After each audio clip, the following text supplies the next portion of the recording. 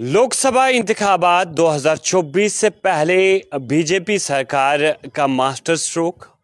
क्योंकि आप बखूबी जानते हैं कि हम आज बात करने वाले हैं सिटीजनशिप अमेंडमेंट एक्ट के हवाले से, जिस एक्ट के लिए मुल्क के वज़ीर आज़म जो है वो भी बार बार कहते थे कि ये एक्ट हमें लाना है,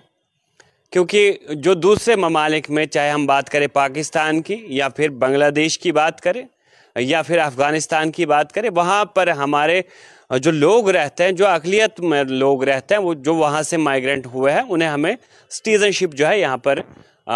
देनी चाहिए, क्योंकि वो ये पीड़ित लोग हैं, ये लोगों के साथ जो है वहाँ पर जुल्म हुआ है, इन्हें वहाँ से निकाला गया है। और आप बखूबी जानते हैं कि इस एक्ट के चलते जब 2014 दिसंबर में जो है एक बिल पास कर दिया गया, इसमें अमेंडमेंट लाया गया, क्योंकि मैं आपको बता दूं कि ये तरमीम जब इस एक्ट में हुई, जो एक्ट सिटीजनशिप एक्ट 1955 जो बनाया गया था, उसमें तरमीम जो है 2014 में लाई गई, लेकिन उसके बाद जो है ये इम्प्लीमेंट नहीं हुआ। ये नाफिज इसलिए नहीं हुआ कि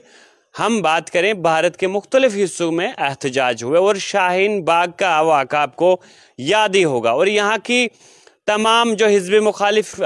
जमातें हैं, सियासी जमातें, उन्होंने इसका जो है जमकर इसकी मुखालफत की। और मैं आपको बता दूं कि अब इसे मुकम्मल तौर पर नाफिज कर दिया जाएगा, क्योंकि होम मिनिस्टर का भी ये मानना था कि हमें इस अमेंडमेंट में, इस एक्ट को नाफिज करने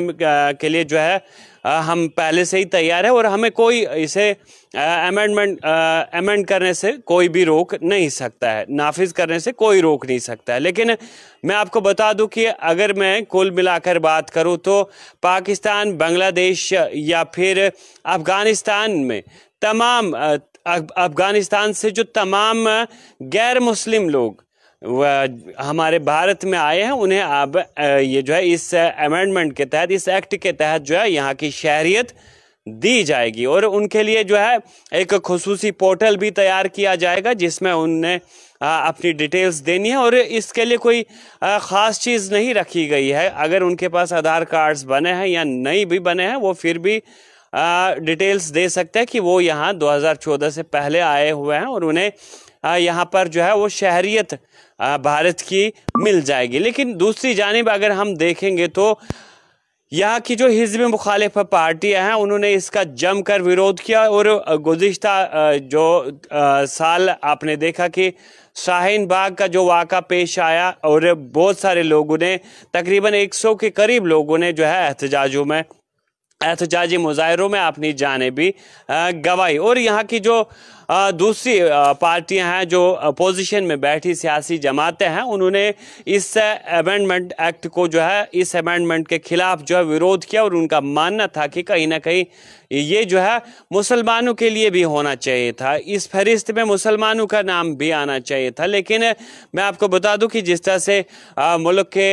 होम मिनिस्टर का कहना है कि मुसलमान भाइयों को किसी तरह जो है वो डरने की ज़रूरत नहीं है, घबराने की ज़रूरत नहीं है, ये वो लोग हैं जो वहाँ पर अक़लियतों में रहते थे, तो इसीलिए हमने जो है इनकी अमेंडमेंट के लिए, इनके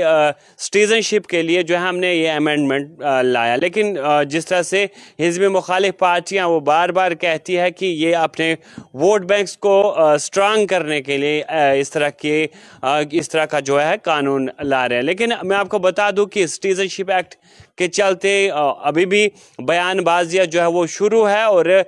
जिस तरह से इस चीज़ को नाफिज कर लिया गया, और बयानबाजियाँ जो है वो उरूज पर है। मज़ीद इस हवाले से क्या कुछ निकल कर आता है वो भी आप तक पहुँचाएंगे। फ़िलहाल मुझे सोहेल जावेद को दीजिए इजाज़त।